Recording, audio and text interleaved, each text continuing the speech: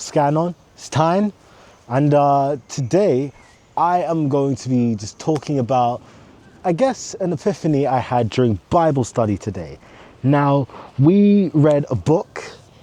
It's called The Word, 1-to-1, and you can basically have a much more in-depth look at the Bible. It's basically like if you want to do Bible study, but for beginners, basically.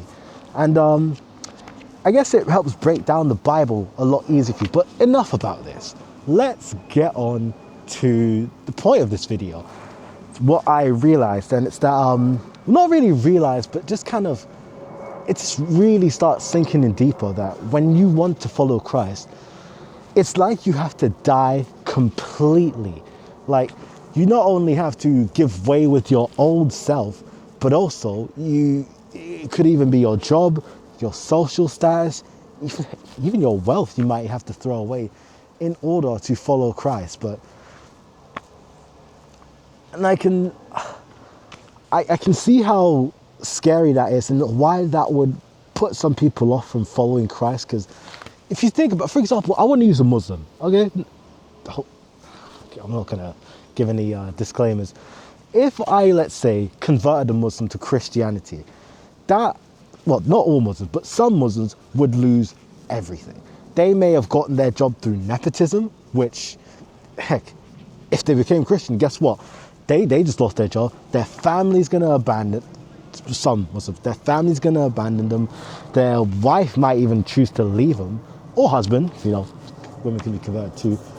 And for some people, they may deep down, believe in the Bible, but they truly cannot get themselves to follow Christ because it's just too big of a leap for them.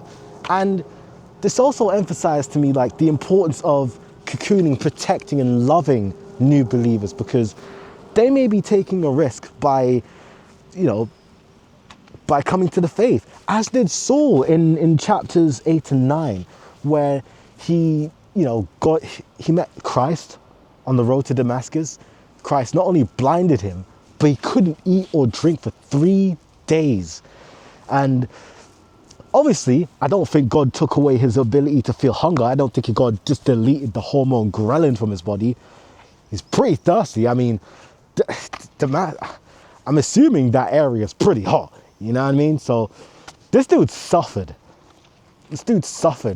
And for someone like him who went about persecuting and killing Christians and then 180ing on his beliefs, for some people, you would think that some of the Pharisees may just look at that and go, you know what?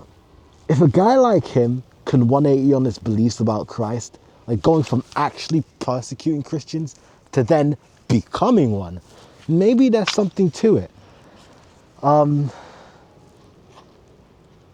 It's a scary thing sometimes following Christ, not just because the lifestyle you have to lead, but I guess the people who sometimes naturally become your opposition. I want to title this video, When a Man Chooses to Follow Christ, Christ Bids Him to Die. But I feel like I'm all over the place with this video, but who cares? I'm going to upload it anyway.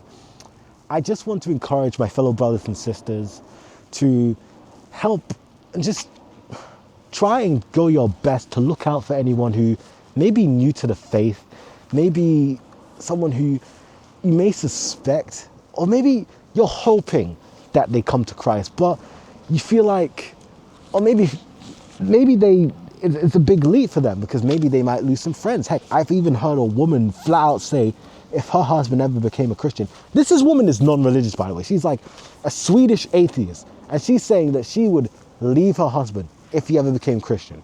Okay, so if we ever talk to non-believers, or by that non-believers I mean people who just don't believe, Christ died on the cross for our sins and, they're not Christians.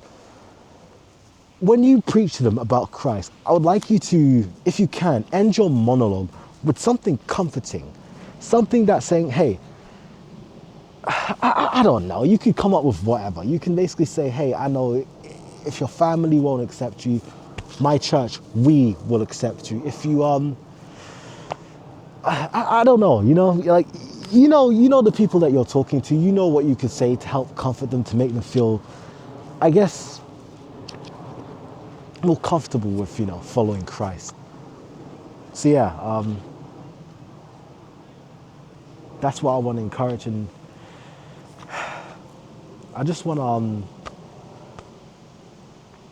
to say, by the way, I should started. I am currently in Lucas Gardens in Southeast London. Really lovely park, lovely green open space. No one else is here. No one else, just me. There's like some student lodging there. It's really nice. So I'm really grateful to be here. But about the title, how that ties into to what I'm talking about. It's the epiphany that I had is just how much you truly have to die when you have to follow Christ. And, people are really scared of death, I mean, when anything special or near and dear to them dies, whether it's their life itself or the lifestyle or the company that they keep, those relationships are going to die. Some people might not lose anything. Some people, everyone around them might accept them as a Christian. For some people, that might not be the case. So there's a bat that just flew over me.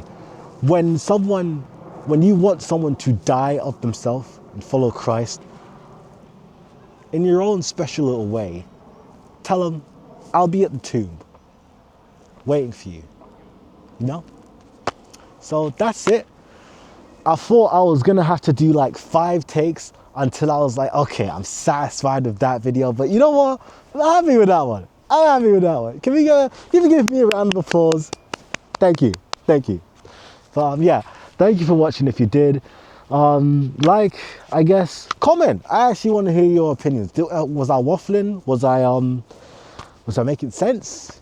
Did I repeat the same thing over and over again? Some guy just came into this park. I don't know what breed of dog he has, but